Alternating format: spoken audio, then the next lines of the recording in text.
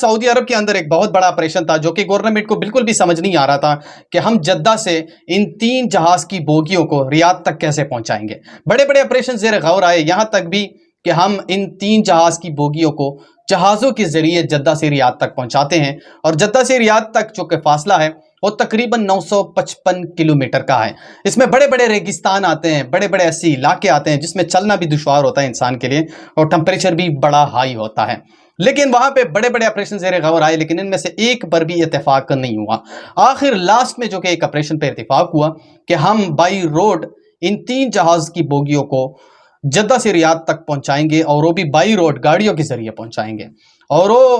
اس نے جب یہ فیصلہ کیا تو اس بنیاد پہ فیصلہ کیا گیا کہ سعودی عرب کے لوگ بھی ان سے مستفید ہو سکیں گے، وہ بھی لطف اندوز ہوں گے، وہ بھی پکچر لیں گے، ویڈیوز بنائیں گے، اور بڑی اس جہازوں کو دیکھ کر خوش بھی ہوں گے۔ بہرحال اس آپریشن کے اوپر جب اتفاق کیا گیا تو پھر بڑے بڑے کمپنیوں نے، سعودی عرب کی جو گورنمنٹ ہے اس نے بڑے بڑے کمپنیوں سے رابطے شروع کر دیے،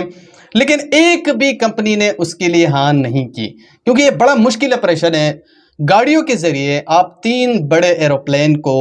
جدہ سے ریاض تک پہنچاتے ہیں، یعنی 955 کلومیٹر کا فاصلہ آپ طے کرتے ہیں، بڑا مشکل آپریشن تھا۔ لیکن ان میں سے ایک کمپنی نے ہاں کر دیا اور اس نے یہ بتا دیا کہ میں ہی اس آپریشن کو تکمیل تک پہنچاؤں گا، میرے پاس ڈرائیور بھی ہے، اور ڈرائیور جو ہے وہ پٹھان ہے، رمضان گروپ کا اس نے نام لیا تھا۔ رمضان جو کہ سعودی عرب کے اندر ایک کمپنی کے ساتھ کام کرتے ہیں، اور سارے جو ہیں وہ ڈرائیور ہیں۔ رمضان کا تعلق دراصل سوات سے ہے، اور اس نے یہ کہہ دیا کہ ہم ہی اس آپریشن کو تکمیل تک پہنچائیں گے، اور بہرحال پھر آپریشن شروع کر دیا گیا۔ جیسے آپریشن شروع کر دیا گیا اور جہازوں کو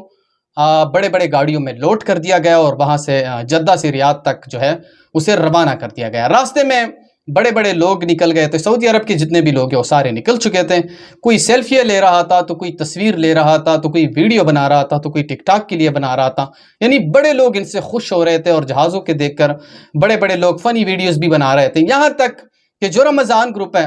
اس کے لیے راستے میں کئی ایسی جگہوں پہ کھانے کا انتظام بھی کیا گیا تھا، جو کہ وہ پوری گاڑیوں کا لائن روکتے تھے، اور کھانے کا جو بندوبست ہے وہ بھی لوگ ان کے لیے کرتے تھے، اور کھانا کھا کے دوبارہ وہاں سے روانہ ہو جاتے تھے۔ یہاں تک اگر میں بتا دوں تو رمضان گروپ جو ہے،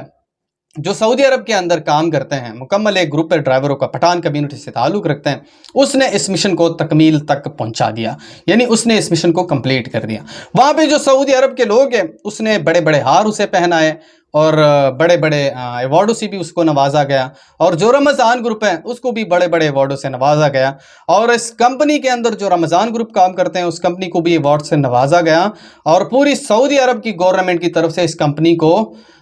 مطلب سلامی بھی پیش کی گئی ہے، اور اسے مطلب خراج تحسین بھی پیش کیا گیا۔ ویڈیو بنانے کا مقصد اور مطلب صرف ایک ہی ہے کہ جہاں پہ کوئی بھی مشکل آپریشن ہوتا ہے کسی بھی ملک کے اندر ہو، تو اس کے لیے پاکستانی ہونا اور پٹھان ہونا لازمی ہوتا ہے۔ سعودی عرب کے اندر جو یہ آپریشن ہے یہ مکمل طور پر کامیاب ہو چکا ہے۔